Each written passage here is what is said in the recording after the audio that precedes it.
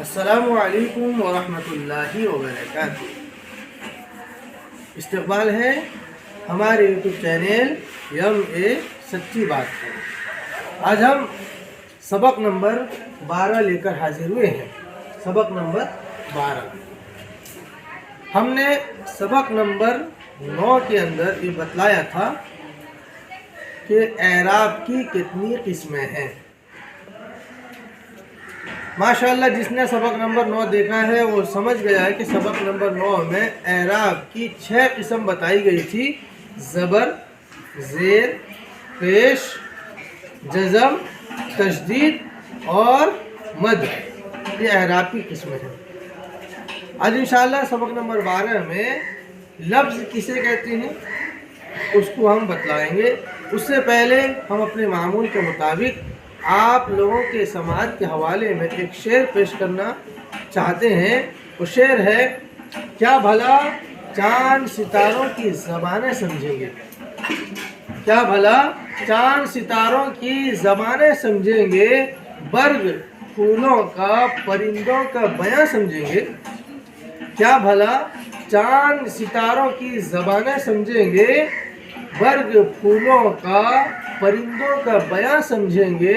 کتنے بدبخت ہیں واقف نہیں جو اردو سے، کتنے بدبخت ہیں جو واقف نہیں اردو سے، وہ حیا، علم و محبت کہاں سمجھیں گے۔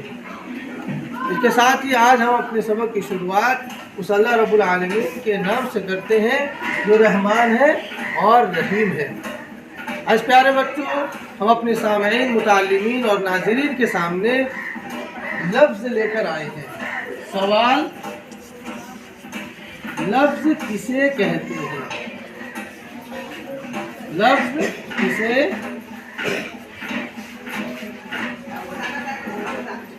کہتے ہیں؟ اس کا جواب ہے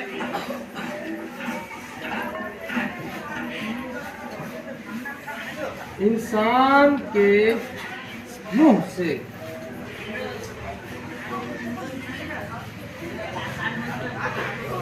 جو آواز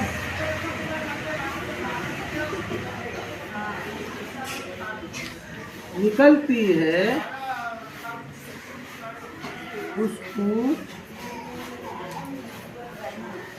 لفظ کہتے ہیں۔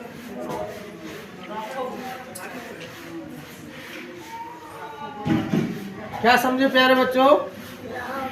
لفظ، سوال کیا ہے؟ لفظ کسے کہتے ہیں؟ جواب کیا ہے؟ انسان کے منہ سے۔ منہ اسے ہم بات کرتے ہیں، پڑھتے ہیں، بولتے ہیں، کھاتے ہیں، سانس لیتے ہیں یا سانس چھوڑتے ہیں، ہر چیز منہ سے ہی ہوتا ہے۔ سانس تو آخر ناک سے لیتے ہیں، منہ سے بھی کبھی کبھی ہم سانس لیتے ضرور ہیں، ہے کہ نہیں پیارے بچوں؟ ہاں، اس لیے انسان کے منہ سے جو آواز نکلتی ہے اس کو کیا کہتے ہیں؟ زور سے بولو۔ لفظ۔ لفظ کی کتنی قسمیں ہیں؟ اب یہاں سمجھنا ہے کہ لفظ کی 2 قسمیں ہیں۔ کتنی قسمیں ہیں لفظ کی؟ لفظ کی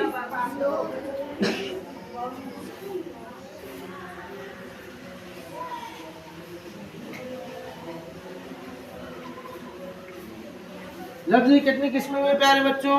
2 قسمیں ہوئے۔ لفظ کی کتنی قسمیں ہوئے؟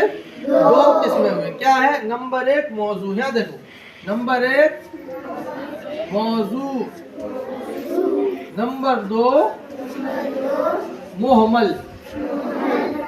نمبر 1 کیا ہے؟ موضوع، نمبر 2 کیا ہے؟ محمل۔ یہ لفظ کی قسمیں ہیں۔ نمبر 1 موضوع، نمبر 2 محمل۔ موضوع اس کو کہتے ہیں جو معنی دار ہو، جس کا معنی سمجھ میں آتا ہو، جیسے روٹی، اس کا معنی سمجھ میں آیا، جیسے دکان، اس کا معنی سمجھ میں آیا۔ ایسا لفظ جس کا معنی سمجھ میں آتا ہو اس کو موضوع کہیں گے۔